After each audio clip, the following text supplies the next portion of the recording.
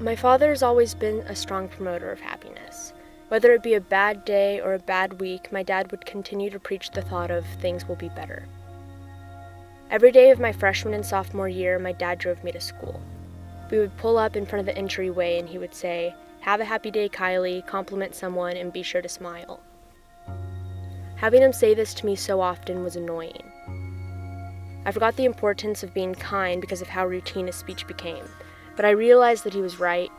My dad always fought for happiness, but sometimes his teaching methods would get jumbled up. Growing up, my dad used to always tell me that I needed thicker skin. I've always been an emotional person, so crying came easy to me, but that wasn't a characteristic my father was proud of. He was raised with a stern family where crying was a sign of weakness, so in his eyes, I was weak. I didn't understand how someone who wholeheartedly believed in making everyone happy would be so uncaring in a situation like this. It became so much of a problem that I couldn't confide in him with anything. He wanted me to be stronger while I longed for him to be more sympathetic. August of 2013 was when my parents decided they didn't love each other anymore. I didn't cry, but my dad did. I thought that if I just didn't let it affect me emotionally, I would be fine, and I was trying to have thicker skin. Seeing my dad upset was a confusing period in my life for me. My dad wasn't supposed to be upset.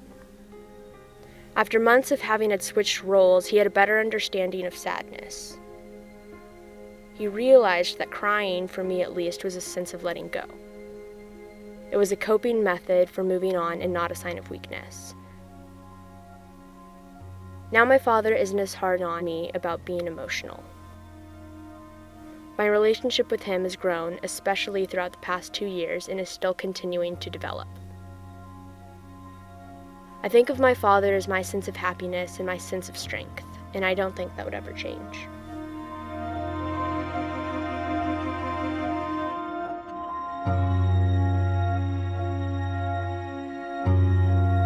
My dad and I stopped talking when I was 11. Until then, he had always been around. His presence was a strange feeling. It was always so volatile and hostile. I remember seeing him always fight with his girlfriend. Things flying back and forth, tears everywhere, and just this violent shouting. He taught me how to curse when I was 3, just from hearing the way he talked to people. And he would yell into the phone as loudly as possible with this inflection that told you very clearly that he was angry. He taught me what negligence was at such a young age. It felt like his life was just never all the way together. He was always a mess. He would, do things to try and earn my gratitude. He would take me to dinner at places I really liked and buy me things. I think it's really funny how fathers tend to do that.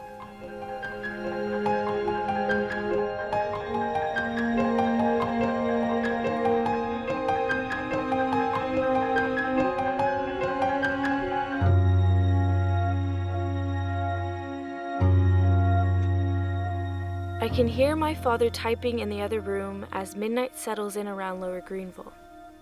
Most nights, he's only accompanied by the sound of his typing, but tonight is his weekend to take care of me. I listen at how he sounds out his words and swallows syllables under his breath, and he tries to work out the kinks of his newest article. I have inherited this ritualistic practice while writing, just as I have inherited his writer gene. However, he has instilled in me much more. My father is made of stories. Because of him, I have never taken one experience as mundane. I've treated them all like adventures I had in all of the books he either read to me as a child or gave me. He's known more pain than happiness. But in this, my father takes loss and triumph and treats them both the same, and for that, I have learned humbleness even when it's seen as impossible. He's carved the words of literature's best into my brain and injected art behind the struggle in my bones so that I may never break the way he did. I see myself in him and he sees himself in me. Sometimes I am his protector and sometimes he is mine, yet we are built by the same components, the hard labors of struggles and the soft hums of the written language which molds us into one person. My father's character is the standard at which I set all humans, especially men. I want to see a better part of myself in him, and he in return. We are one soul split into 2 generations apart, yet always sounding out the confusing situations together, swallowing the hard times and difficult choices we are forced to make. Which is more, we are writing our lives together.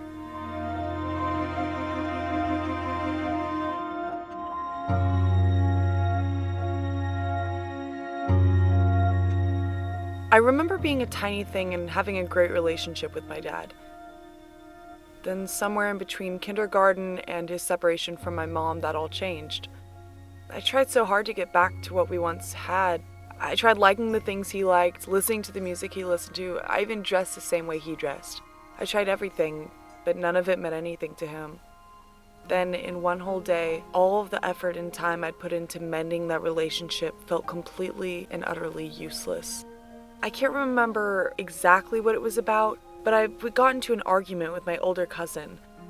We'd been exchanging really ugly texts, and she threatened to talk to my dad about it. I remember laughing at the fact that she thought he'd take her side over mine. I knew that couldn't be further from reality. Even in arguments between him and I, he'd never raise his voice or get angry, so naturally I brushed it off. Until about half an hour later, he came storming into my room, screaming and cursing at me. I was dumbfounded, completely caught off guard. He was so angry, and that made me angry. I was terrified. Out of nowhere, he pushed me down and raised his hand at me. After that night, I didn't speak to him for almost a year. Till this day, I've asked myself, what was it about her that he favored over me? How and why was I a failure as a daughter in his eyes? I don't think I'll ever find the answer.